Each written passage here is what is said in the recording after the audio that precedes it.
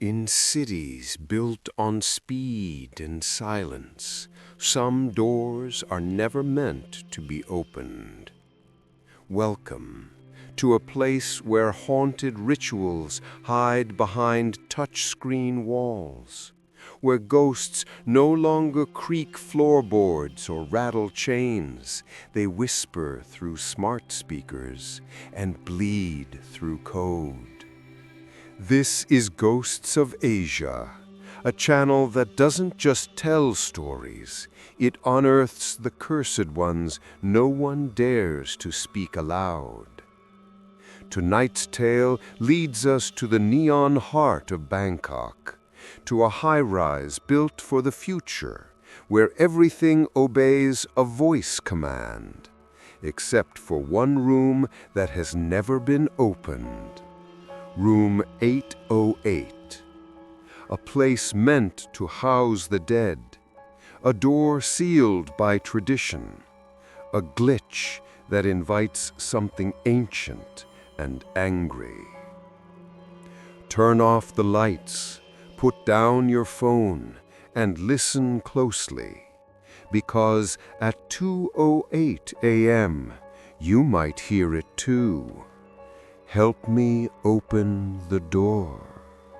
Bangkok pulsed beneath her feet like a restless current, all glass, noise, and sky.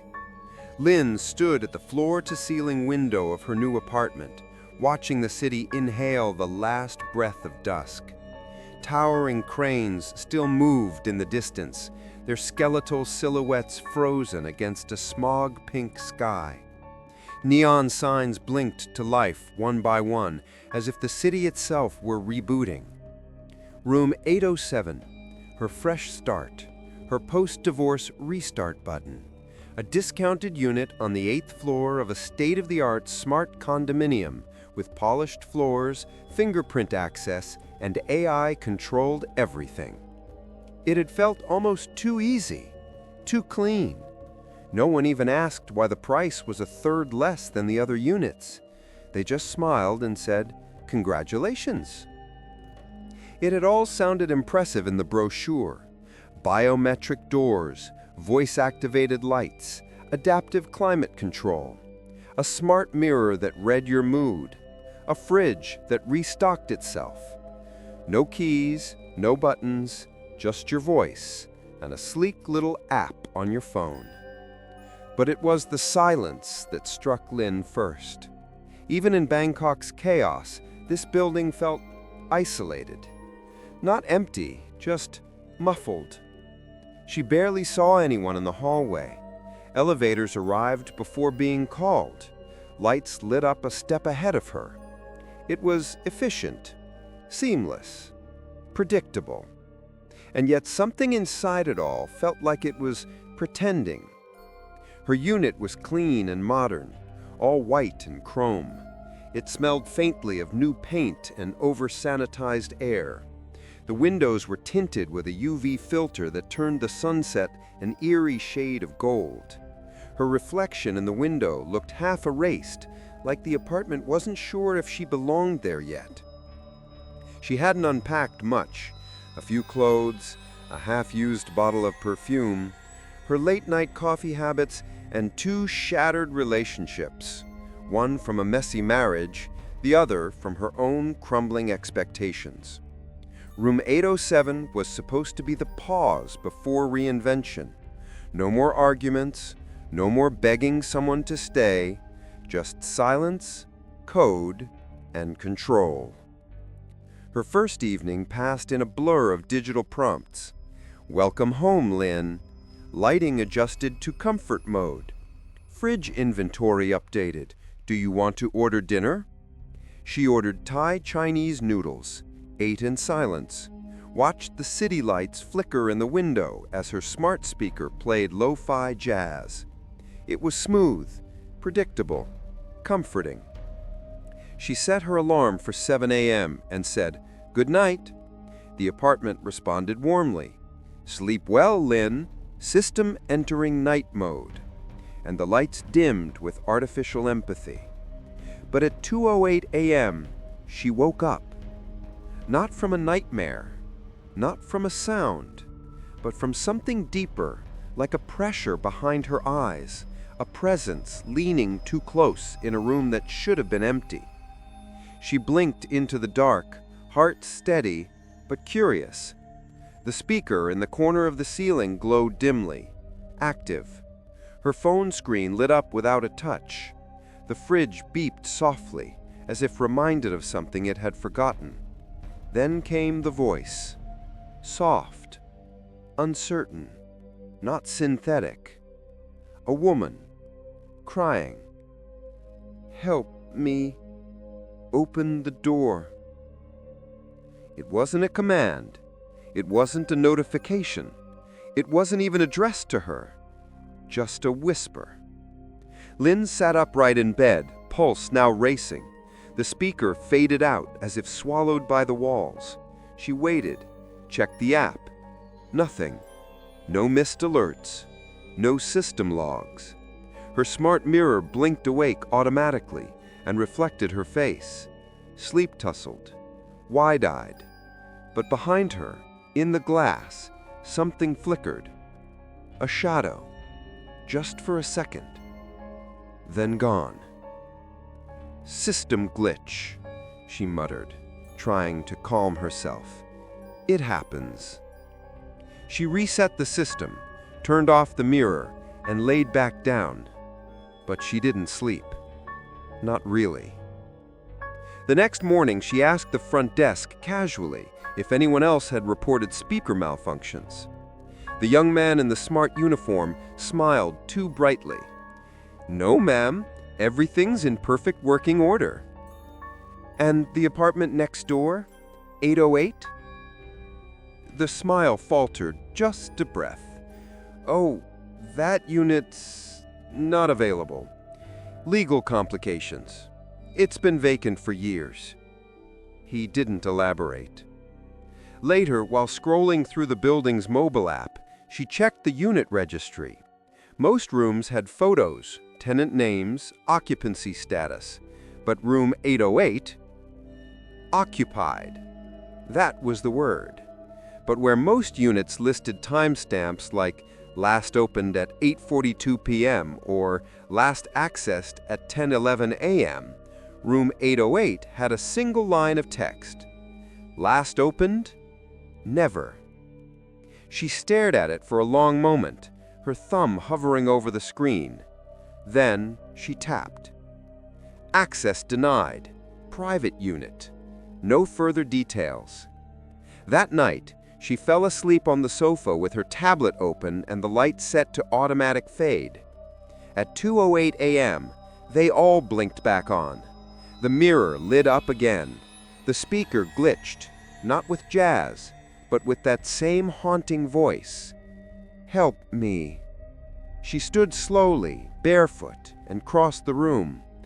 "Open the door."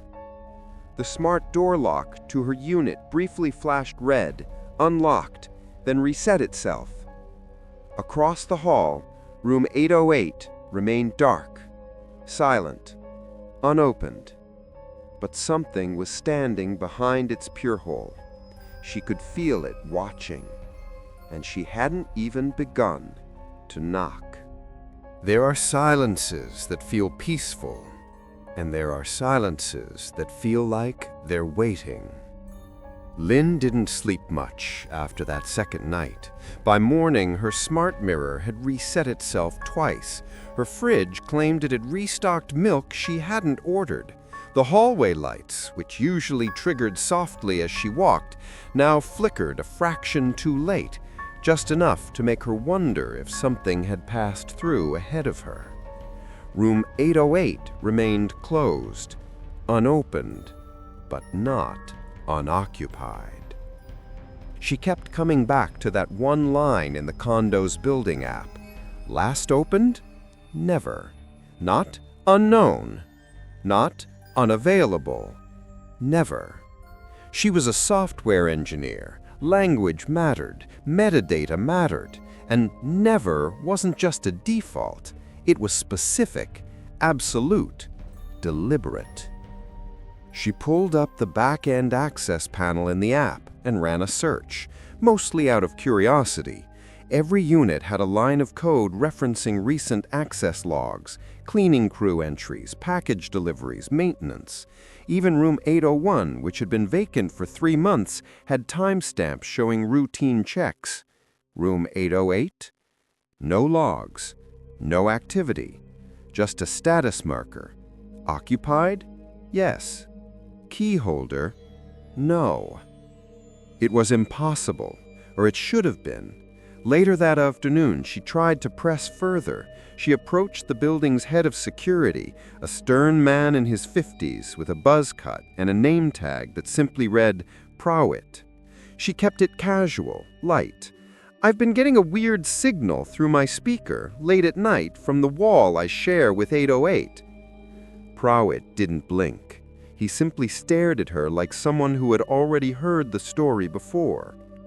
That unit is sealed. Sealed how? Physically and digitally. You cannot access it. No one lives there. But the app says, the app is wrong. He spoke with finality, as if that explanation should be enough. But his eyes betrayed something else. Not irritation, not confusion. Fear. Familiar fear. Lynn didn't press him further. She thanked him and left, but she noticed something odd as she walked away. A small circular keycard clipped to his belt. A master override, maybe. It was marked with the number 8, scratched and worn, unlike the pristine numbers worn by other staff. That night, she stared at room 808's door longer than she meant to. It looked identical to hers, white, clean, featureless. Not even a peephole, just a door number in brushed silver, perfectly centered. In Chinese numerology, 8 was considered lucky, wealth, prosperity, fortune. 88, even luckier. But Lynn, raised in Hanoi by a superstitious grandmother, remembered a different saying, a whispered warning from her childhood. 2 8s chained together are not always wealth. Sometimes they are handcuffs, binding the living to the dead. At 2:08 a.m., she awoke again. No dreams, just a sudden pull, like her body knew before her mind did. Her speaker was glowing. Her phone had unlocked on its own. The intercom light was blinking. She hesitated, then tapped it. Static. Then a voice. Please, please, help me open the door. The words were rushed, desperate, female, and unmistakably human. Her hands trembled as she whispered, Who are you? No reply. She replayed the message twice. It had been sent at exactly 2:08 a.m. Her speaker lit up behind her again, this time without command. She turned slowly to face it. And there, standing in the mirror, not reflected, but behind her, was the shape of a woman. Red dress, bare feet, face blurred as though smeared in digital static. She spun around. Nothing. No one. The room was empty, but the air felt occupied. The mirror shut off on its own. Shaken, she returned to the app and scrolled again to room 808's listing. Still occupied. Still last opened?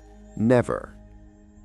She clicked deeper into system settings, looking for internal building maps, hoping to find something, anything that could explain it. Blueprints, maybe, wiring layouts. But room 808's diagram was grayed out, walled off. She cross-referenced the floor plan with a third-party real estate site. That's when she noticed something strange. Floor 8 listed 11 rooms, 801 to 8011. But the physical building only had 10 doors. No room 810. Even the building's emergency exit map only listed 801 to 809. There was no 810. And yet, the app still listed 808 as occupied. She stared at the glowing number on her phone, the cursor blinking below the line that read, "Voice contact disabled, last request denied."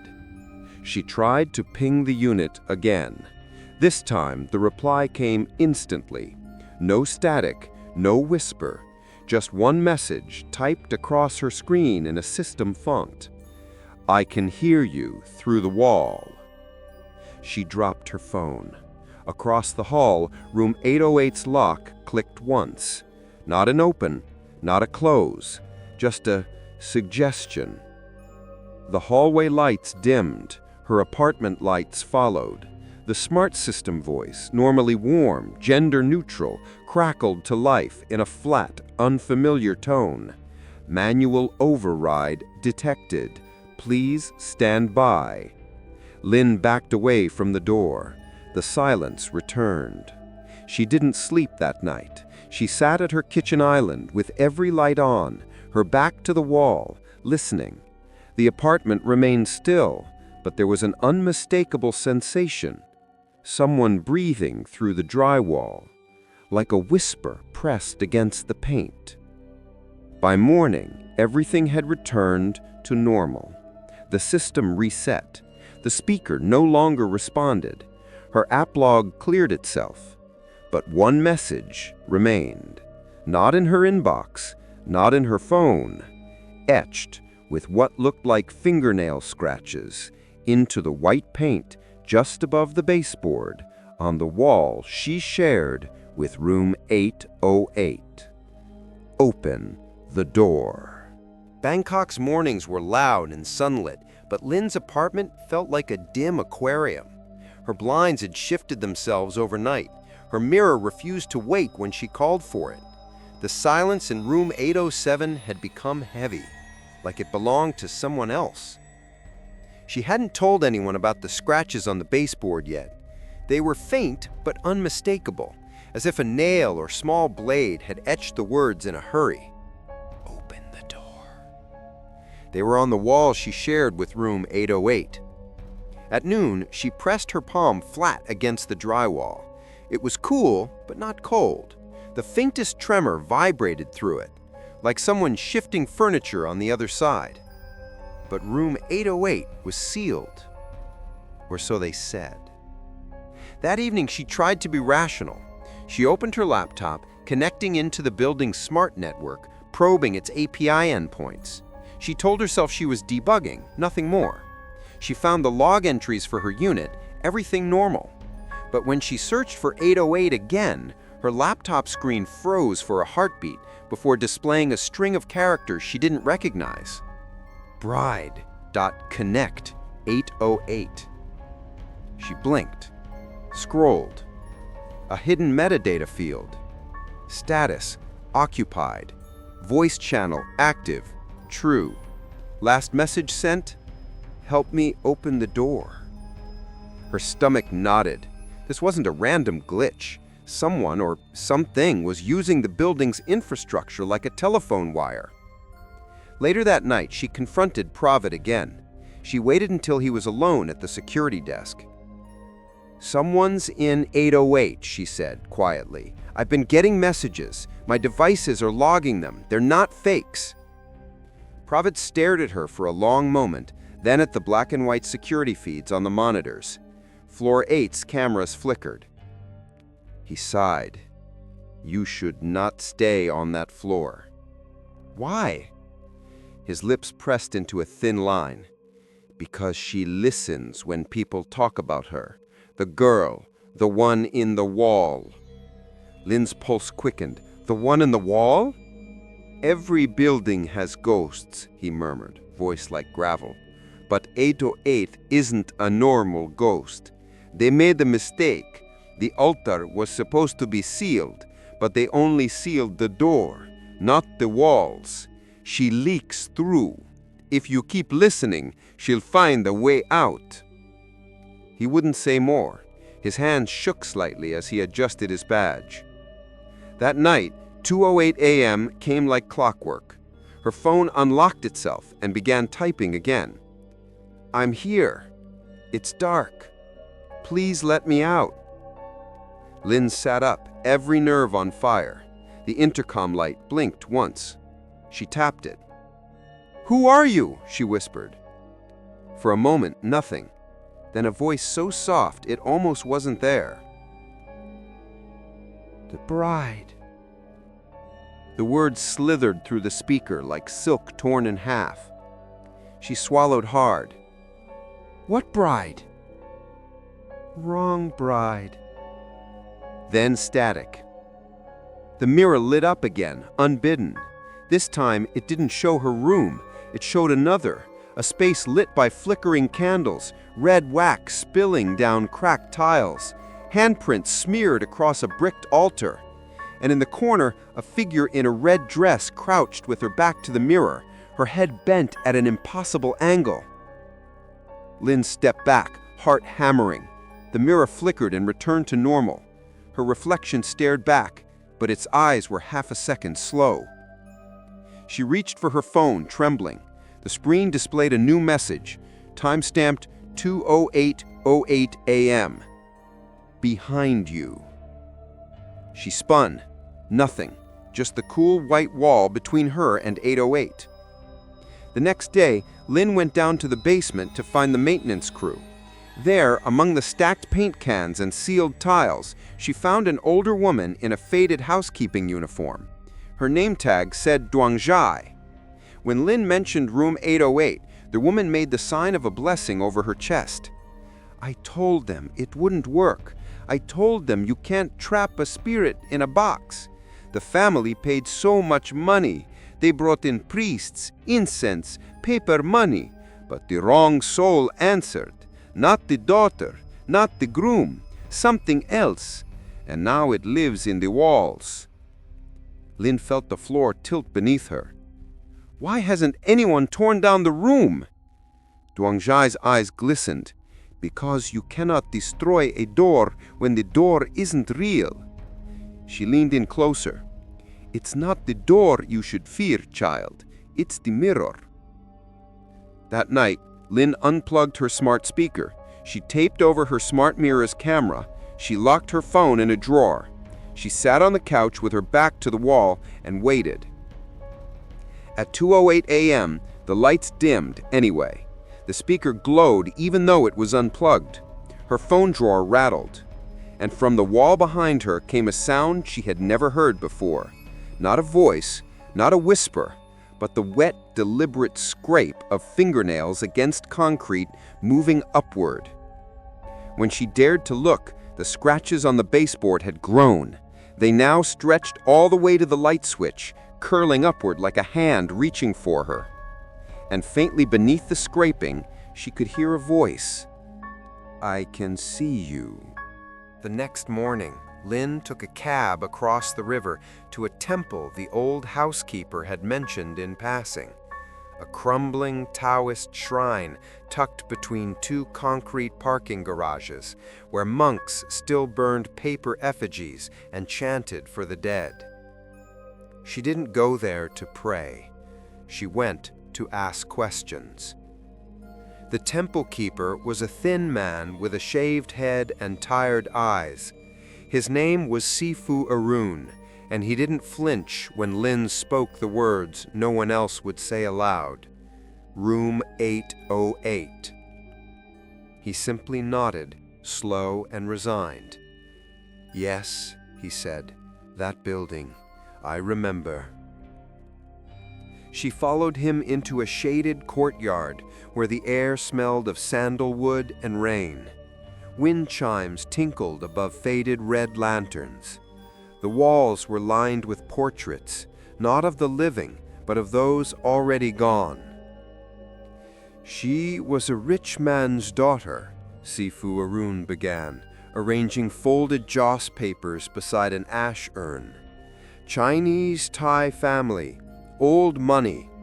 The girl died just weeks before her engagement. Illness, they said, something sudden. Her fiancé died days later, an explosion at the factory where he worked. Not from the same world as her, but they had been promised to one another." He lit the paper with a single match. the flame curled upward like a reaching hand. The offering table was prepared incorrectly. The paper groom was burned, but the bride's effigy was missing a name.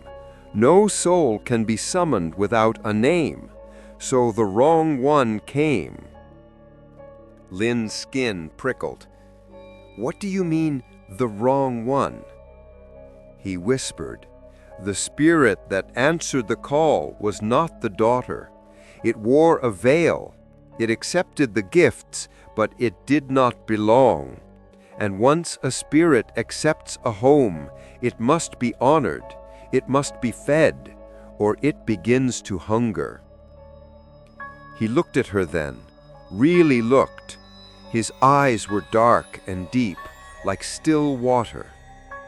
"You've heard her, haven't you?" Lin swallowed. "She keeps asking to be let out."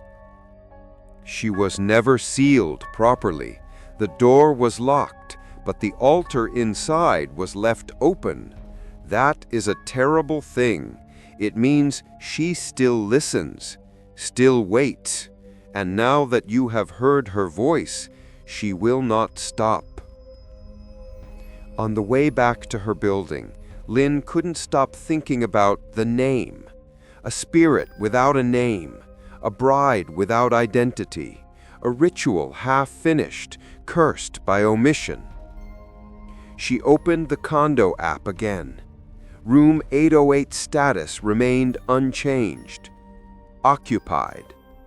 Last opened. Never. She scanned through old posts on local forums, half-abandoned message boards for expats and building residents. Buried in a 5-year-old thread, she found a comment from someone who once worked for the interior design firm contracted to outfit the condo. The post read, "We were told to leave one unit untouched. No mirrors, no appliances, just an altar built into the wall. We asked why. They said it was for ancestral peace. But after we installed the altar, no one would go back in, not even the boss. Something felt off, like the air inside the room couldn't breathe." There was a photo, grainy, a bricked wall smeared with red pigment, a row of melted red candles along the floor. Lin felt bile rise in her throat. It was the same room she'd seen in the mirror. That night, she tried to keep the lights on. She played soft music, made tea, and buried herself in code. But the air grew thick again around 2 a.m. Heavier, tighter. Her phone, locked in a drawer, began vibrating violently. 2:08 a.m. She stood in the center of the room, breath shallow. Her smart mirror lit up, not to her reflection, but to static. Then an image formed, a woman in a red bridal dress. Her face was turned away, the veil covered her features, but her feet hovered just above the floor. She moved closer in the mirror. And then, in one single terrifying moment, the veil lifted. There was no face, just a blurred mass of white and black static, as if her features had been corrupted, digitally erased. Then the whisper returned, not through the speaker this time, but from the wall. "Bride, wrong bride, let me out." Lin backed into the corner, phone in hand, recording, but nothing showed on playback. The mirror returned to normal, except for one difference. Her reflection now wore a veil. At dawn, Lin descended to the security office. She asked to see the surveillance footage from the night before. The man at the desk hesitated, but she insisted. He finally loaded the file. They watched together in silence. 2:07 a.m. The hallway outside room 807 and 808 appeared empty. 2:08 a.m., the footage glitched. When it returned, there was a figure, standing directly in front of room 808. Long red dress, bare feet, face blurred. She was still, too still, not blinking, not breathing. Her feet hovered just above the floor. Then, slowly, her head turned, unnaturally, fully around until it faced directly into the camera. Then, static. When the image returned, she was gone. And in her place, Lynn was standing, in the same spot, even though Lynn hadn't left her apartment, even though she had no memory of opening her door, even though the logs claimed it had never been opened. The footage ended. The security guard refused to say anything. Lynn left in silence. As she stepped into the elevator, her phone buzzed once more. One notification. Incoming intercom call. Room 808. She didn't answer, but she didn't need to, because the voice came through anyway. You look just like me now. Lynn no longer trusted her devices. She unplugged everything that could be unplugged, taped over her smart mirror's lens, turned off her phone, set her watch by hand, disconnected the condo's building app from her account. But at 2:08 a.m., her lights still dimmed, the mirror still turned on, and the whisper still came. You brought her attention. It no longer asked, it warned. She returned to the temple the next morning. Sifu Arun was already waiting in the courtyard, as if he knew she'd come. He was burning black joss paper this time, and the air smelled more like ashes than incense. She saw you, he said before she spoke. I didn't open anything. I didn't step into that room. I've done nothing. You listened, he said softly. Listening is permission. It's how they begin. He gestured for her to sit. There are rules in ghost marriage rituals, ancient rules, not all of them written. A bridal altar must never face a mirror. The offering paper must always be burned in multiples of 7. And the name must always be correct. A wrong name, or no name at all, invites the formless ones. The formless ones? He nodded. Spirits without identity, lost in the void between rituals. They don't belong to family or shrine. They are hungry to become someone. And if they find an open line, a reflection, a voice that listens, they try to replace. Lynn's voice cracked. Replace what? You. He brought her into a back room she hadn't seen before, a small chamber lined with funeral scrolls and protective talismans. A single CCTV monitor sat in the corner, flickering slowly. He pulled out a dusty red book wrapped in yellow silk. Inside were hand-drawn diagrams, altars, soul jugs, photos of old Taoist funerals and ghost marriages. One photo stopped her cold. It showed a young woman in a red bridal dress, standing before an altar filled with offerings, her eyes blurred from movement, her face smeared across the image like a glitch. Behind her stood a man, but he wasn't a groom. He was a priest, holding a rope of bells. His mouth was open in a shout. Sometimes, Sifu Arun whispered, a spirit takes the wrong path. Sometimes the one summoned is not the one intended. There are ways to correct this, rituals to call the spirit back, to push out the false one. I want to do it. Tell me how. But the monk only stared at her. You are not family. You are not blood. You were not part of the contract. She will not release you, not unless something worse takes your place. Back at room 807, Lynn began cataloging every anomaly. She drew a map of the wall she shared with 808, marking the scratches, the places where the drywall felt thin, the spot where cold air leaked even when the thermostat said 27 degrees. She found a strange panel behind her wardrobe, one not listed in the floor plan. She pried it open to reveal an access crawl space no bigger than a meter wide. She hesitated, then crawled in. The crawl space was dark, but she could feel the air change as she moved. There was a point directly behind the wall she shared with room 808, where the concrete seemed wrong, too soft, recently patched. She knocked. Hollow.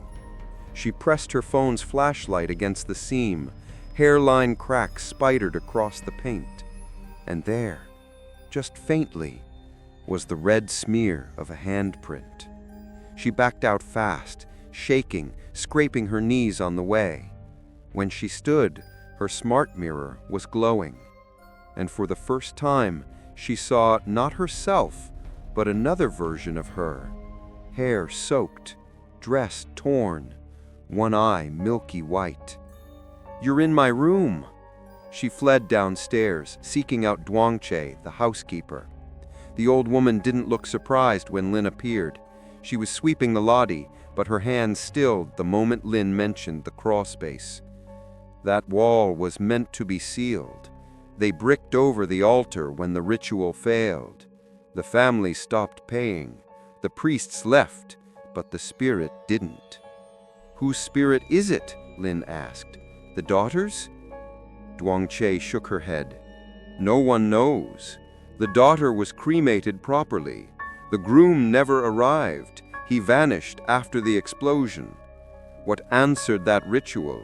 It wore the dress. It stood where the bride should have stood. But it was not her. It was something waiting to be named. Something that wanted to live." Lynn whispered. "And now it's using me? It wants your voice, your face, your place in the world. It sees you through the mirror. It speaks through your apps. Every time you answer, you give it more room." That night, Lynn tried to stay awake. She left every device off, sat in the corner with a candle lit, a circle of salt at her feet. At 2:08 a.m., the candle blew out on its own. The salt scattered like breath. Her smart speaker, still unplugged, turned on. "You don't need to be afraid. You're already part of me." Lynn screamed and threw it against the wall. It didn't break. The mirror lit up. Her reflection was gone. In its place, the blurred bride, floating, veiled, face unreadable. Then a new voice came, this one deep, male, ancient. "The ritual is incomplete. You must finish it. Offer the living to replace the dead." Lynn's breath caught. The bride wasn't alone. She had been waiting for the groom, but the groom never came. And now the room wanted one. The building wanted one. It had waited all these years, sealed, watching, listening. And Lynn, with her voice commands, her mirrors, her open apps, had given the ghost what it needed most: a new invitation. Time had always been precise in Lynn's world. Her code ran on schedules, her meetings on syncs, her apps on server pings that counted every second in milliseconds. But now, time was warping. Every night, 2:08 a.m. arrived with a terrible exactness. Every night, her devices came alive. Every night, something from the other side of the wall stirred, not wildly, but with the stillness of something that was absolutely certain it was being heard. It was no longer coincidence, no longer malfunction. It was ritual. That night, Lynn set up 4 cameras, one in the hallway outside her door, one inside her living room, one facing her smart mirror, and one in the crawlspace wall. All motion-triggered, all synced manually. She stayed up, forcing herself to watch every second tick closer to that dreaded moment. At exactly 2:07:45, the temperature dropped sharply, her breath visible in the air despite the tropical heat outside. 2:08:00, her lights dimmed. 2:08:01, the mirror turned on. 2:08:02, the crawlspace camera glitched and went dark. 2:08:03, the hallway camera flickered to static. 2:08:04, her phone, powered off and left in a drawer, turned on. 2:08:05, a voice whispered from the unplugged speaker, "He was supposed to be mine." 2:08:06, the message appeared on her mirror screen, "He took my name, now I take yours." 2:08:07, Lynn moved, but her reflection stayed still. 2:08:08, all 4 cameras shut off simultaneously. She didn't remember falling asleep. When she woke, the footage was corrupted. Only a few frames remained. One showed the door to 808, just a closed door. But in the lower right corner, her own hallway camera had captured something reflected in the brushed chrome of the elevator panel. A figure, red-clad, hovering slightly above the ground. Another frame, closer, the figure pressed against Lynn's smart mirror, its blurred face inches from the glass, veil rippling as if underwater. And then, the worst frame. In the last one, Lynn's face appeared twice, once in her apartment, and once in the mirror. But they were doing different things. One was watching the screen, the other was smiling. That morning, she disconnected the apartment's power supply, physically shut off the breaker, left the unit in silence. But the mirror still worked, and the voice still came. At 2:08 a.m., the glow returned. She sat cross-legged on the floor, clutching the Taoist talisman Sifu Arun had given her, and whispered, "What do you want?" The reply came not in words, but in heat, blistering warmth through the wall. The wallpaper bubbled and split in a long crack. Beneath it, the outline of a sealed powell became visible, one that had no business being there. Thin concrete, hand-leveled, not part of any blueprint. Then leaned in, pressing her ear against it. A heartbeat pulsed behind it, and then a whisper, "Let me be seen." She called Zhuangzhai again. The old woman came with a bundle of red string, salt, and a small bell she kept clutched tightly in her wrinkled hand. Together, they removed the wallpaper and exposed the panel fully. It was old, uneven, clearly bricked up hastily. Zhuangzhai's hands trembled. They didn't seal her properly. No offerings, no ritual dismissal. They just hid her. "What happens if we open it?" Zhuangzhai looked away. "If she's still hungry, she'll take what she needs." Lynn stepped back. "Then how do we finish the ritual?" The old woman reached into her bag and pulled out 2 items, a red paper effigy of a bride, folded and worn, and a blank spirit tablet. "She never had her name written," she whispered. "You need to give her one, and you must burn it with her face." "Her face? You've already seen it." That night, Lynn returned alone. She set the paper effigy before the sealed panel and placed a single candle beside it. She unwrapped the blank tablet, picked up a brush, and hesitated. Her hand trembled as she wrote the name. Not the real bride's name, for that had been lost. She wrote the name the spirit had tried to steal. Her own name, Lynn. At 2:08 a.m., the flame bent sideways. The speaker sparked. The mirror shattered inward, not outward, as if pulled by a vacuum. From the cracked wall, a wet, dragging sound emerged. The bricks shifted, and then a face.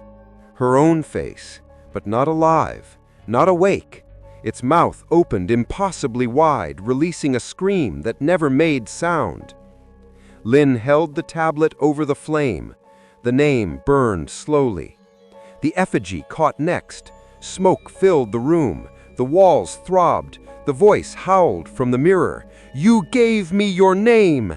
Now I exist!" And then silence. When the smoke cleared, the panel in the wall had cracked open. Inside was a small chamber, no larger than a closet, a ruined altar, burned offerings, red wax pooled like blood, and in the center, a mirror. But it didn't reflect her. It reflected a bedroom, familiar, her own. Except in the reflection, room 808's door was wide open, and Lynn was walking inside. There are moments when reality doesn't break, it bends. Ling sat on the floor of her apartment, her back against the cracked wall, and stared into the dark cavity where the altar had been. The mirror inside was no longer just glass. It was a window, a porthole, and it was showing her something she couldn't explain. In the reflection, room 808 stood open. Not metaphorically, not symbolically. Open. She could see herself, her other self, stepping through the threshold. Her reflection moved with eerie calm. Red veil over her face, feet bare on the marble tile. Ling, the real Ling, remained frozen outside, watching in horror as her doppelganger crossed a boundary that was never meant to be passed. A sudden gust of warm air burst from the cavity, smelling of melted wax and rotting jasmine. And then the mirror went dark, just black glass. When morning came, Ling didn't open her door. She didn't speak. She didn't breathe too deeply, afraid even that might invite the wrong thing back in. Her phone, miraculously still functioning, lit up with a new message on the building's system app. Room 808. Status. Door opened. Time. 02:08:08 a.m. She blinked. Her unit no longer showed 807. It showed linked 807/808, shared access zone. The app had merged them. Rooms that were once separated by concrete and history and sealed rituals were now labeled as one unit, one presence. She tapped the Request Maintenance button, hoping to flag an error, but the request failed. Action denied. Zone is sacred. She tapped again, the same result. Then her smart speaker, unplugged since the night before, crackled back to life. "You left the door open." Ling hadn't left her apartment in days. Food deliveries sat untouched at her doorstep. She didn't dare cross the hallway, not after what she saw. But the apartment no longer felt like hers. At 3:15 that afternoon, her smart fridge displayed a new message. "Welcome, bride. Celebration menu activated." The screen showed red bean cake, pickled lotus seeds, tea eggs, foods used in Chinese ghost weddings. She tried to reset the system, but every command triggered a shrill error tone. Then her lights dimmed without prompt, and her smart mirror glowed. Her reflection appeared, but it was veiled. Red silk, heavy and soaked at the edges, her own face hidden beneath. She stepped closer to the mirror. Her reflection did not mimic her movements. It stood still while Ling approached, and then it tilted its head. Not curiously, but accusingly. Desperate, she returned to Sifu Arun that night. Her hands trembled as she recounted what had happened. The mirror, the shared access zone, the veil. "She crossed," the monk whispered gravely. "You didn't finish the ritual. You gave her a name, yes, but you didn't close the mirror." "What do I do?" He reached into a wooden chest behind the altar and pulled out a small box. Inside, it contained 7 brass coins, a paper effigy of a door, a shard of broken glass bound in red thread, and a single strip of yellow parchment with a brush-painted character. Chen, seal. "This is a mirror sealing ritual. You must burn the coins one by one while reciting her name. Then break the effigy of the door and press the glass into the center of the mirror. It will bleed. That is how you know it's working. The veil will burn and the reflection will vanish." Ling hesitated. "And if it doesn't work?" "Then she wears your body and you live behind the glass." That night, she prepared everything. She laid the items before the mirror, which now hummed with a low, unnatural static, like a system waiting to boot up. At 2:07 a.m., the apartment shifted. The walls seemed to inhale. At 2:08 a.m., her reflection appeared, already veiled, already smiling. Ling lit the first coin. The reflection twitched. She lit the second, third, fourth, her voice trembling as she whispered her name each time. By the 6th coin, the reflection moved forward, pressing its palms to the glass from the other side. "You're late," it whispered. Ling lit the 7th coin and shouted her name, "Nguyen Ling," so loud her throat tore. She smashed the paper door effigy. And then, gripping the glass shard wrapped in red thread, she stepped forward and plunged it into the mirror's center. The glass didn't crack. It bled. Red liquid, thick and slow, poured from the mirror like sap from a tree. The reflection screamed, muffled, as the veil caught fire on its own. But the fire wasn't orange. It was white, cold white, like frost made flame. The reflection began to burn away, the smile cracking, mouth stretching too wide, too broken, and then gone. The mirror turned black. The static stopped. Ling collapsed. When she woke the next morning, the apartment felt different. Quiet, still, hers. The fridge displayed its usual menu.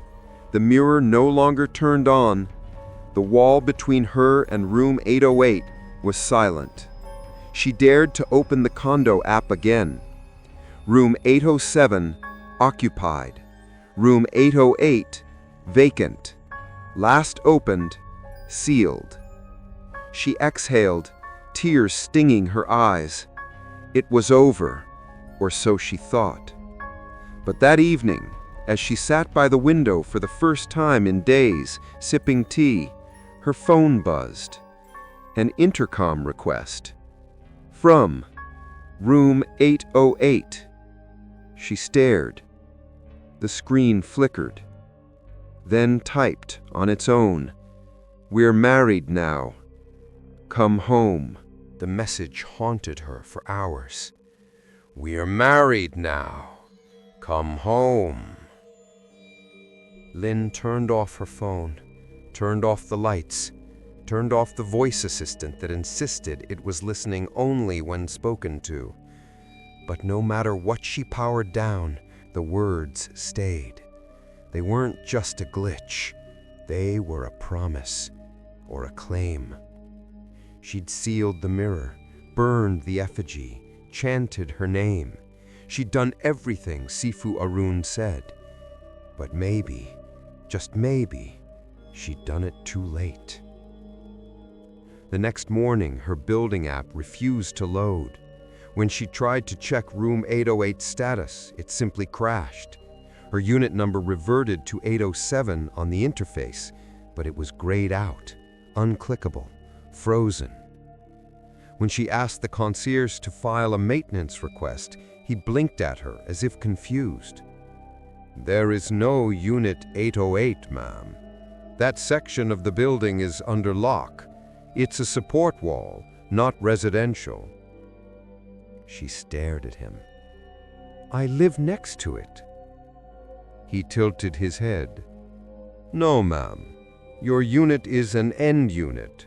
There is nothing beside it." Lin left without replying.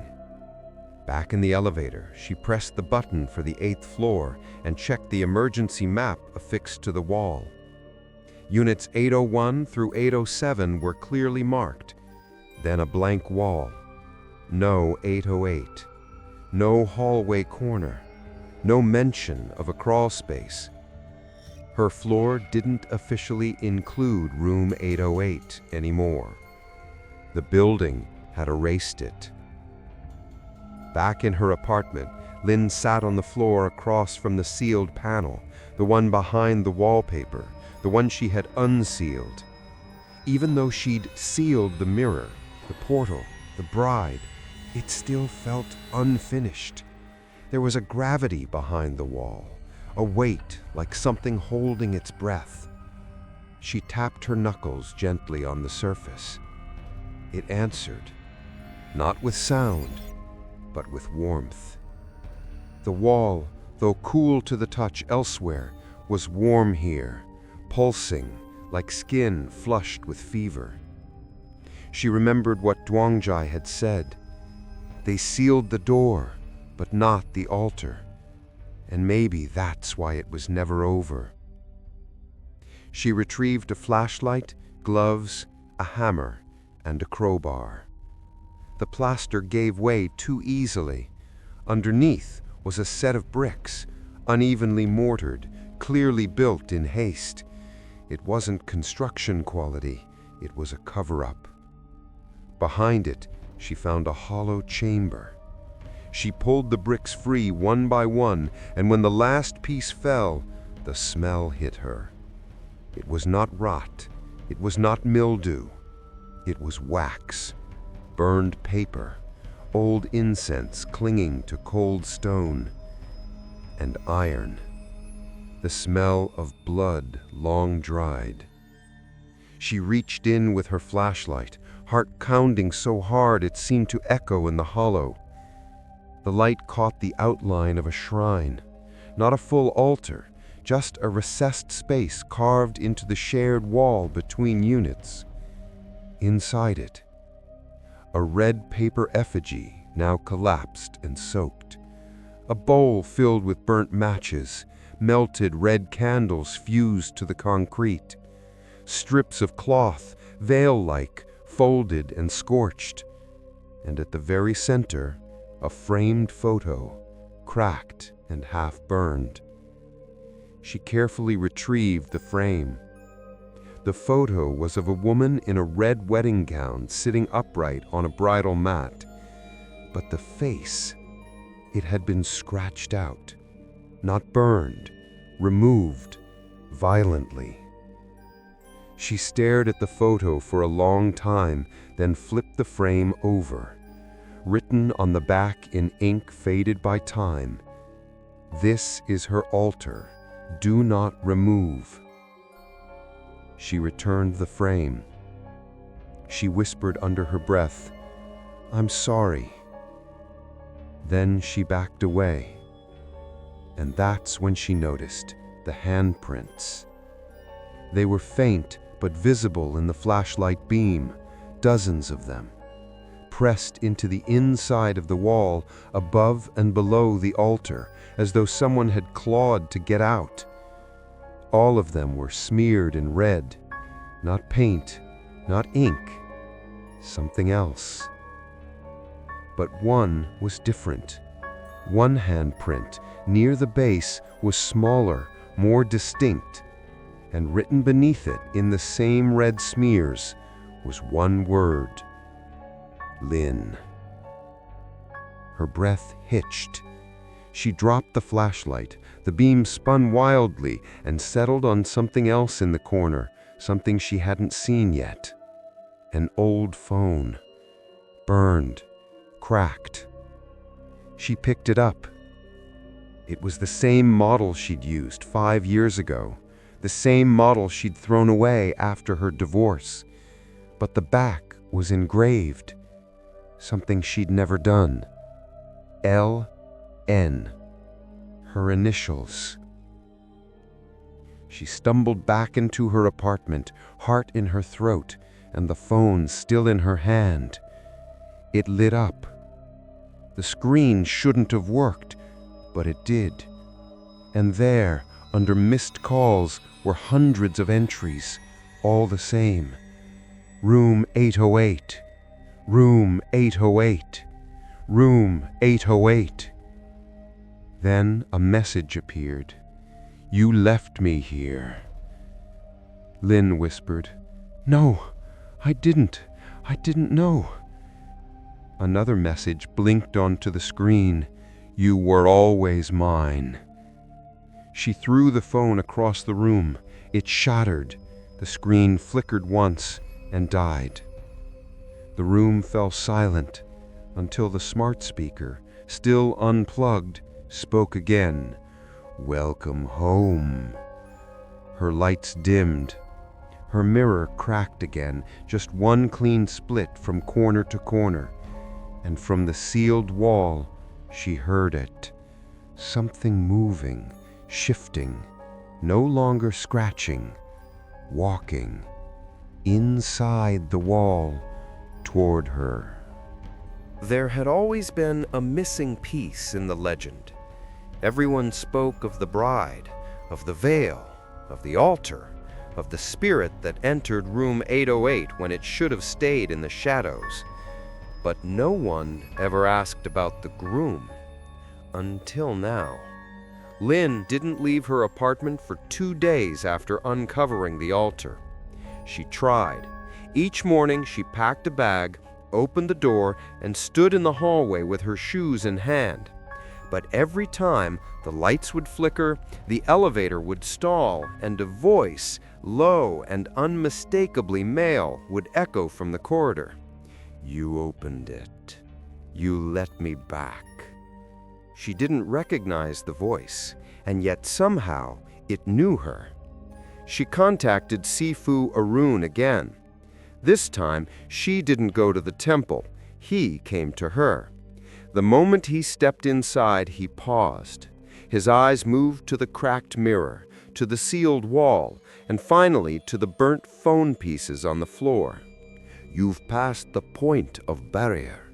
There is no longer a boundary between your room and hers. I thought she was the only one. She was, he said slowly, until now. He sat on the floor and asked Lynn to describe everything she'd found in the wall, every object, every smell, every smear. When she mentioned the handprints, his expression darkened. The handprints aren't hers. She doesn't need to crawl. She floats. She appears. But the others, the ones she traps, they crawl. They scream. They try to leave. She traps spirits? No. His voice dropped to a whisper. She traps hosts, those who are given to her. Lynn sat back, the air going cold around her. The groom? Yes. He opened his bag and removed a small bundle of folded cloth. Inside were yellowed newspapers, their Thai script barely legible through water damage. But one photo stood out. a black and white image of a factory in flames, workers running, smoke pouring from the shattered windows. Below the image, 3 dead, 1 missing in Thunbury textile fire, groom of socialite never found. The groom hadn't died. He'd vanished. He was never buried, never burned, never sealed. And in ghost ritual law, a soul not buried properly was still usable, still available. That spirit didn't just steal the bride's home, it stole her ritual. It invited something else through, something incomplete, something hungry for form. But who is he now? What does he want from me? The monk hesitated. He wants to finish what was started. She needed a name. He needs a body. That night, Lin had the dream. It wasn't like before, no static, no mirrors, no glitches. It felt real, lived, warm. She was standing in a different version of her apartment. It looked the same floor, same layout, but the decor had changed.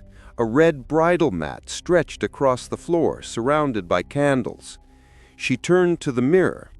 He stood behind her. A man, young, pale, eyes dark with recognition. "You came back," he said softly. Lin opened her mouth but couldn't speak. He stepped closer. "I know your body. I've worn it in dreams. Now it's time you wore mine." She woke screaming. In the hours that followed, everything changed. The lights in her apartment no longer responded to her voice. The building app reset her profile picture to a blurry photo she didn't recognize, someone else's face taken from behind a veil. Her name on the system was replaced with "Guest, Room 808." The wall between the units felt thinner than ever. She could hear breathing on the other side, slow, measured, human. But she lived alone. She picked up her broken phone again, tried to turn it on. It lit up without power. A new message blinked across the screen. "He returned for you, because you belong to her, and she belongs to him." At midnight, the hallway cameras glitched. Footage retrieved later would show a figure standing at the door to room 808, male, head bowed, wearing scorched clothing. His feet never touched the floor. At 2:08 a.m., Lin's door unlocked. No one touched it, no one stood there, but it opened. The building logs registered the action as "Manual entry, groom accepted." When she woke the next morning, her apartment was colder. The mirror was fully shattered. The altar wall had cracked down the center, and in the middle of her living room floor, laid neatly atop the burnt wedding photo, was a man's charred shoe. Inside it, stuffed deep into the toe, was a small bone. Human. Lin stood barefoot in her living room, staring at the charred shoe and the small yellowed bone beside it. It was too specific to be a mistake, too intimate to be coincidence. The bone was not animal. She knew that instinctively. It was a fragment of someone once living, someone who had been lost in a fire, someone who never made it to burial, someone who had never left room 808. She picked it up with shaking hands and immediately regretted it. Her lights flickered, her speaker clicked on and off, her phone rebooted. But what frightened her most was the mirror. Though it had shattered days ago, the reflective surface now seemed to shift, slowly repairing itself. The cracks closed like wounds, and in their place, something new began to appear. A face. Not hers, but almost. It mimicked her, but slightly wrong. The left eye blinked a beat too late. The cheek twitched unnaturally. The mouth smiled with too many teeth. "You left the door open," the reflection said. Lynn backed away. "I closed it. I sealed everything. I burned your name." The mirror didn't answer. It only smiled wider. And then it moved. Not like a reflection, not copying. It turned its head, slow and deliberate, and looked past Lynn, toward the wall, toward room 808. She ran to the bedroom, pulled her suitcase from the closet, and began to pack. No more rituals, no more questions. It was time to leave. But when she tried to book a ride, her phone refused to open the travel app. When she called the elevator, it never arrived. And when she tried to unlock her door, the panel flashed red. Access denied. Her fingerprint didn't register. Her face scan failed. And then the words changed. Unrecognized resident. She stumbled backward. The apartment had stopped recognizing her. Or maybe she wasn't the resident anymore. She sprinted to the mirror. Her face was gone. The surface showed the woman in red now, fully restored, veil lifted. Except this time, the woman wore Lynn's face perfectly. No glitches, no hesitation, just Lynn. But colder, sharper. She reached up to touch her own cheek and saw that her reflection did not move. It just stared back, expressionless, until it whispered, "You left the door open." The reflection turned away on its own, walking deeper into a space that no longer looked like Lynn's apartment. It resembled room 808, the candles, the altar, the broken wedding photo. Lynn pressed her hands against the mirror, but her reflection didn't return. She was gone. Later that night, her door unlocked itself at 2:08 a.m. The lights shut off. Her smart speaker rebooted without power. And then her phone, dead for hours, flickered to life, showing the front-facing camera. It displayed her face, but beneath her own features, for just a split second, something shimmered. Another face overlapping hers, not red-veiled, not ancient, masculine, burned, staring through her. Then the screen went black, and the message appeared, "You wear it well." She woke the next morning on the kitchen floor, head pounding. The apartment had changed again. Her photos had disappeared from the wall. Her name on every digital display had been wiped out. The smart mirror, now fully repaired, didn't recognize her presence. When she spoke, her voice commands failed. Even her reflection was wrong. Too still, too symmetrical. She blinked. The mirror did not. Lynn visited the security office in person. Prawit, the head of security, didn't seem to recognize her. "Are you a guest of a resident?" he asked politely. "I live here, Unit 807. He pulled up the file. "There is no 807, he said slowly. "That unit was merged years ago into a maintenance zone. There's no active resident listed. Are you sure you're in the right building?" Lynn's throat dried. She turned the tablet he was holding and scanned the screen. Room 808, restricted. Resident, bride, identity unknown. Status, groom expected. Authorization, granted. Face matched. Matched. Her face had been accepted, but not as her, as someone else. She left the office without a word, returned to her unit, if it could even be still called that. Everything had been shifted. Her bathroom mirror now reflected flickers of candlelight instead of tile. Her closet door creaked open on its own, and her own voice echoed through the speaker system, laughing, mocking. You thought you were the user, but you're just the interface. The final sign came later that night. A new file appeared in her building app, not from her device, not from her login. .bride code. She opened it. It contained lines of code, old, tangled, obsolete commands, ghost instructions. All of them pointed to one directive: override identity, assume face, erase original. Lynn stared into the mirror one last time. The woman staring back no longer looked confused. She looked home. And Lynn? She was starting to forget what her own face felt like. There's a difference between a ghost story and a system bug. One haunts, the other rewrites. Lynn once believed she lived in a haunted apartment, but now, as she sifted through the corrupted back-end files of the building's internal network, she realized she wasn't being haunted. She was being overwritten. The file had appeared without prompt, .bride code.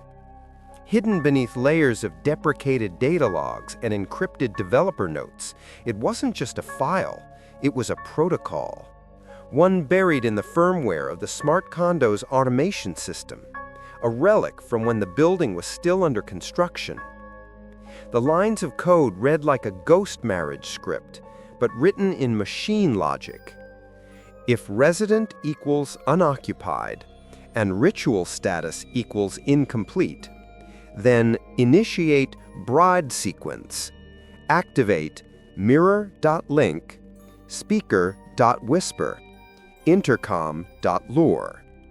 Replace identity face equals closest match.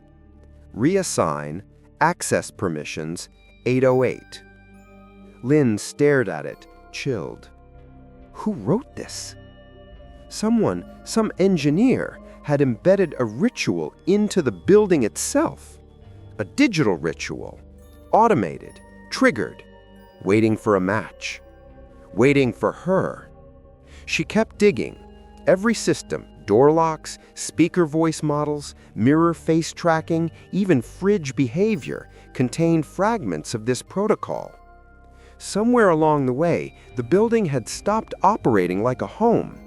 It had become a shrine, a container, a host, not for tenants, but for spirits. She found references to a concealed firmware ID called Groom 808, but the logs for that process had all been deleted, redacted. No name, no face, only a string of ghost entries. Binding failed, body not found, mirror not ready, bride waiting, until the final one. Match found, identity merged. The timestamp was 2:08 a.m., the day she first moved in. Lynn sat back from the screen. All this time, the haunting hadn't just been a spirit pushing through the walls. It had been by design.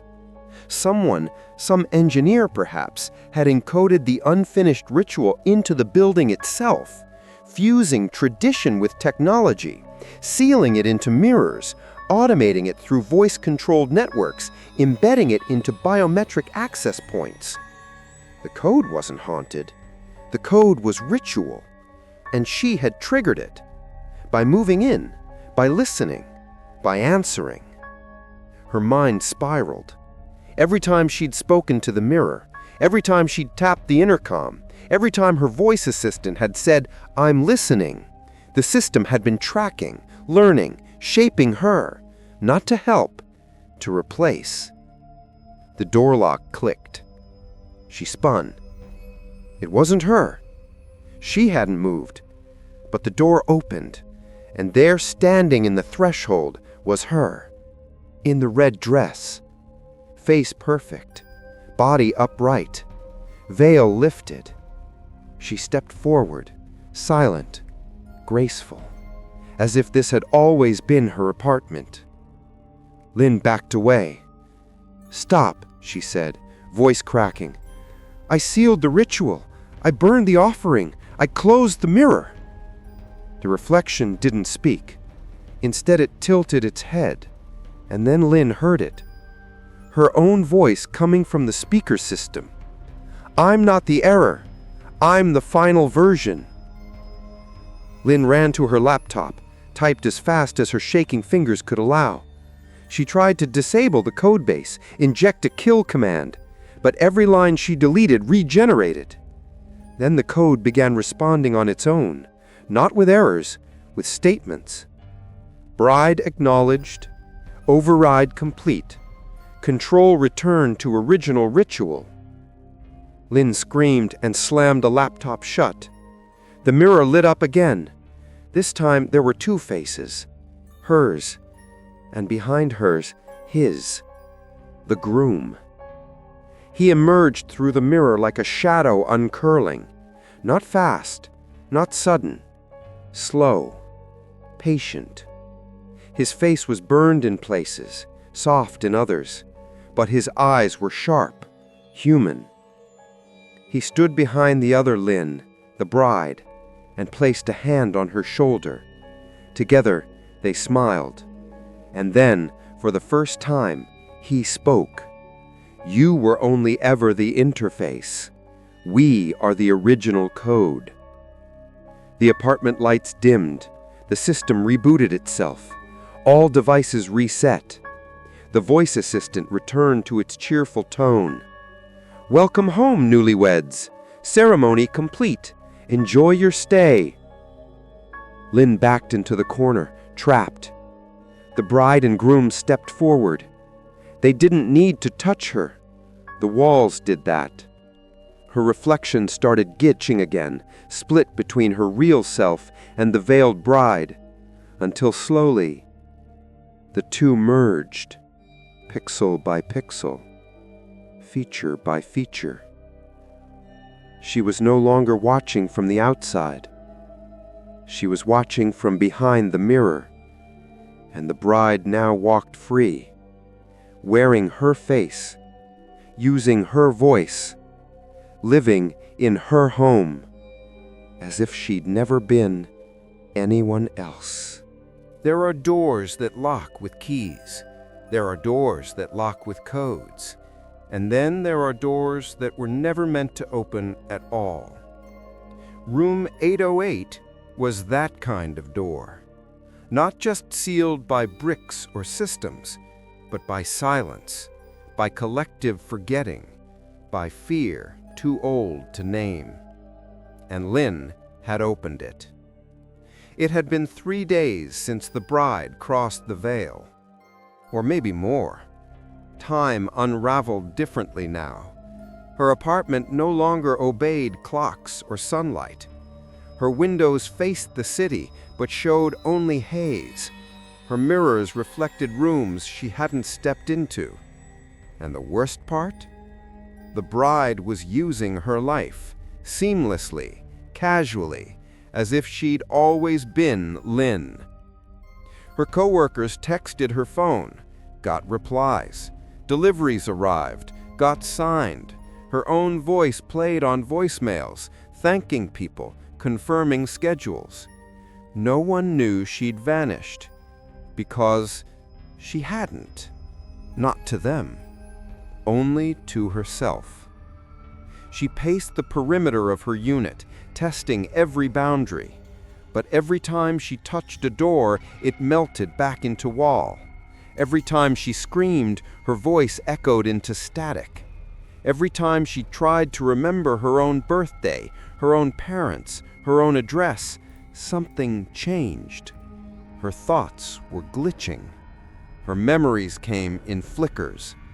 She no longer remembered what her real voice sounded like. She still had one item left, the yellow talisman Sifu Harun had given her weeks ago. Chuen, to suppress. She had never used it. Not fully. It was meant to be pressed onto the entry point of a spirit, to stop the passage, to force the dead back into silence. She had tried mirrors, she had tried code. Now there was only the door, room 808. At 2 a.m., she walked down the hallway. The corridor stretched longer than it ever had before. The lights overhead flickered in rhythm with her breath. Room 807 sat behind her. Room 808 loomed ahead. For the first time since moving in, the door stood slightly ajar. It breathed. Warm air seeped through the crack, laced with wax and smoke, and something older, sweet and decaying, like rotted lilies. She reached into her pocket and held the talisman tightly. Then, slowly, she pushed the door open. The inside was not a room. Not exactly. It was a ritual space trapped in a loop. The bridal altar stood at the center. Candles melted into spirals. Incense coiled mid-air, frozen in ash. And seated on the red mat, in full wedding attire, was Lynn, the bride. Her. But not her. The figure lifted its head. Its veils slid away, and Lynn saw her own face, smiling wide, eyes glazed, hands folded neatly as if awaiting Mao's. Behind the bride stood the groom, charred, tall, patient. He didn't move. He didn't blink, because he didn't need to. Lynn stepped into the room. Her feet touched old offerings, brittle paper effigies, burnt jade, melted silver coins. She approached the bride slowly. Her hand shook as she held the talisman. The bride's smile widened. "You used your name. You gave me your access. Now I'm the resident." Her throat tightened. "Give it back. This was never yours. You just logged in. I am the code now." The groom stepped forward. He placed something in Lynn's hand. A paper contract, written in calligraphy, folded precisely. Bride accepted. Groom returned. Home prepared. Occupant replaced. At the bottom, a smudged red fingerprint. Hers. Not metaphorical, not imagined, real. Pressed in blood. She screamed. She pressed the talisman to the bride's chest. The red paper ignited instantly, flames white and cold. The room shrieked. The altar cracked. The candles flared and died. The mirror behind the groom exploded inward, splintering into ash. And for a moment, everything faded. The walls, the bride, the veil, gone. She awoke on the hallway floor, gasping. Room 808's door was shut, not just closed, sealed, bricked, painted over. No sign of hinges, no knob, just flat wall, like it had never been there at all. Lynn stood slowly. She touched the wall. Cold, solid, still. Behind her, room 807's door opened. The lights inside glowed soft and normal. The fridge hummed. The mirror stayed dark. She stepped back into her apartment. Everything looked untouched. A normal apartment. A normal life. Her name was back on the panel. The app recognized her face. The system welcomed her home. But as she passed the mirror, she paused. For just a second, her reflection didn't follow. It blinked half a second late, then smiled too wide. And behind her own shoulder, in the reflection, a hand, hovering, waiting. For the next 5 days, Lynn tried to believe she was free. She cooked. She opened windows. She took long, scalding showers and left the door cracked just to prove to herself she wasn't being watched. The systems worked normally again. Her name returned to the building registry. No more whispers, no more static, no more 2:08 a.m. glitches. And yet, it wasn't silence that unnerved her. It was the sense that something had finished, like a ceremony quietly concluded. Like the moment after a wedding, when the guests have left, the music has stopped, and only the binding remains. She stopped answering calls. She ignored emails, not because she was scared, but because she wasn't sure who would answer. Her own voice had started to sound foreign, her smile too symmetrical, her reflection too precise. She moved slower now, slept less, thought in a language that didn't feel like hers. And when she walked past the bricked-up wall that used to be room 808, she no longer felt dread. She felt nostalgia. One night, just after midnight, her phone buzzed with a notification. No app, no contact, just a single line of text glowing across the lock screen. "Do you remember your name?" She stared at it for a long time, tried to say it out loud. Lynn, but her voice caught. The sound was soft, airy, detached. It didn't feel like ownership. It felt like echo. She rushed to the mirror and stared. Her eyes were hers, but not entirely. They blinked on delay. Her reflection followed her movements, but with a patience too calculated, too rehearsed. She moved her hand. It followed. She tilted her head. It copied. Then it blinked before she did, and smiled. Desperate, Lynn returned to the temple, but the shrine was closed, the gate chained, the altar cold, and Sifu Arun was gone. No forwarding address, no phone. It was as if he had never existed. Only one thing remained at the door, a folded red envelope. No name, no stamp. She opened it. Inside was a mirror shard and a single note. "You cannot name what never had one." That night, the dreams returned. She walked barefoot across red silk. The floor was soft beneath her, like it breathed. A bridal altar stood at the center of a vast windowless space. Candles surrounded her, burning upside down. And there she stood, herself, veiled again, seated on the bridal mat, waiting, but not for a groom, for a replacement, for the next Lynn, for the next interface. She woke gasping. The mirror across the room glowed faintly, though it hadn't powered on in days. And in the reflection, there was writing, handwritten in red across the glass, words she had never written, but in her handwriting. She didn't need a name. She only needed a door. You were the key. It wasn't about possession. It was about completion. The bride had never been waiting for the groom. She'd been waiting for the living, to listen, to believe, to open.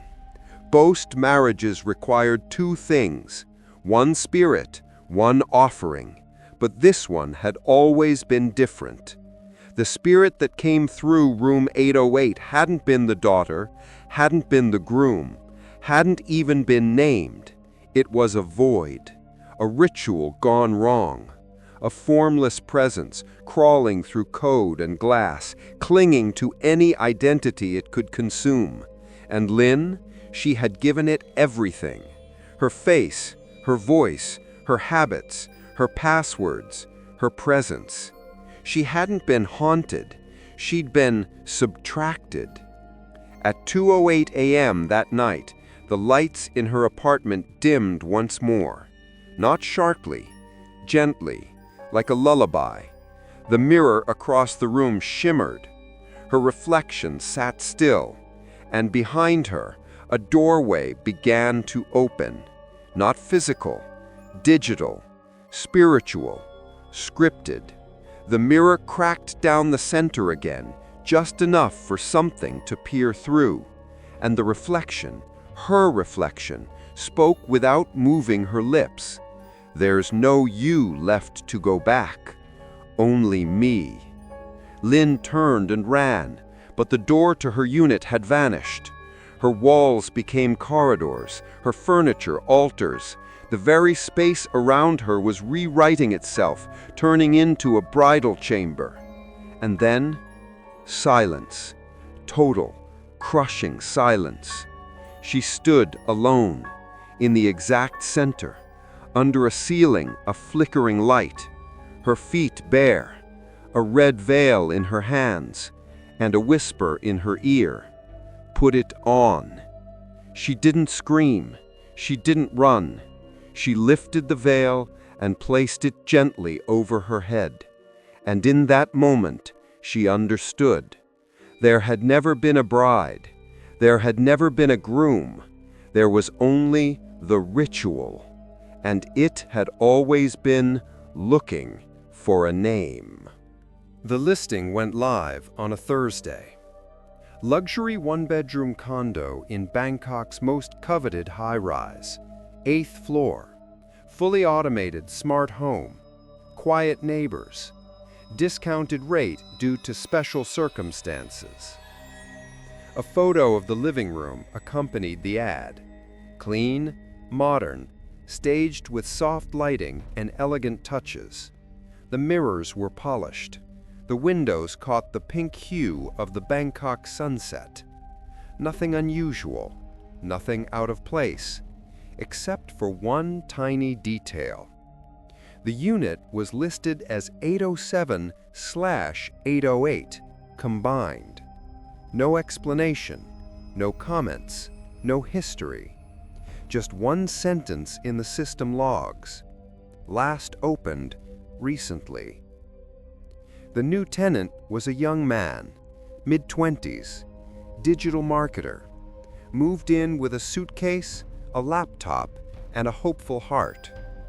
The agent handed him the key card, smiled tightly, and said, "Don't worry about the weird floor plan. The other unit next door was never finished. They merged the wall years ago. It's just extra storage now." He didn't ask questions. Bangkok real estate was too expensive to be picky. The first night passed uneventfully. He unpacked, cooked instant noodles, asked his AI assistant to play music. The smart system responded in a woman's voice. "Hello, welcome home. You're safe here." He smiled. The lighting adjusted automatically. The air cooled to exactly 24 degrees. The mirror greeted him by name. Everything worked. It felt comforting, like someone was already expecting him. At exactly 2:08 a.m., his smart speaker blinked on. He sat up in bed, half asleep. The system made a small error chime. Then it spoke again. Identity confirmed. Groom accepted. He laughed, groggy. "Weird bug," he mumbled. The speaker turned off. The lights dimmed. He fell back asleep. The next day, he noticed something odd. The bathroom mirror took longer than usual to reflect his face. For a second, it showed a flicker, just a blur of long hair, red fabric, and another face behind his shoulder. But when he turned around, no one was there. Just the wall. Cold, smooth, silent. The app on his phone pinged with an update. Room 808 appeared under Connected Devices. He tapped it. The screen glitched once. Then it displayed Occupied. Status: Bride preparing. He tried to delete it. The app crashed. Later that evening, he asked the concierge if someone had ever lived in the neighboring unit. The man behind the desk froze for half a second too long and said, "No, that unit's always been sealed, no residents, just storage." The young man nodded and walked away. He didn't see the security guard watching from the corner, making the sign of protection under his breath. That night, at 2:08 a.m., his phone unlocked itself. The smart mirror glowed, and from the speaker came a whisper, a woman's voice, soft, familiar. "Help me open the door." He sat up, heart thudding. "Who said that?" he asked aloud. The room answered with silence. And then, "Welcome home. Ceremony begins soon." He looked around. Everything in the apartment looked normal, but the temperature had dropped, and the wall between what was once room 807 and room 808 began to breathe. Somewhere deep in the building server logs, a hidden entry updated silently. Bride code, active. Mirror link, established. Facial match, in progress. Final phase, binding. No one would notice. Not the front desk, not the delivery man, not even the system engineers, because everything was functioning perfectly. And as the groom sat still in bed, eyes wide, heart racing, the mirror whispered, "She's ready for you now." And behind him, the door to the storage wall, the one no one had ever seen, the one no one had ever opened, began to unlock. Final system message. Resident, bride, confirmed. Groom, accepted. Room 808. Status, occupied. Last seen, 2:08 a.m.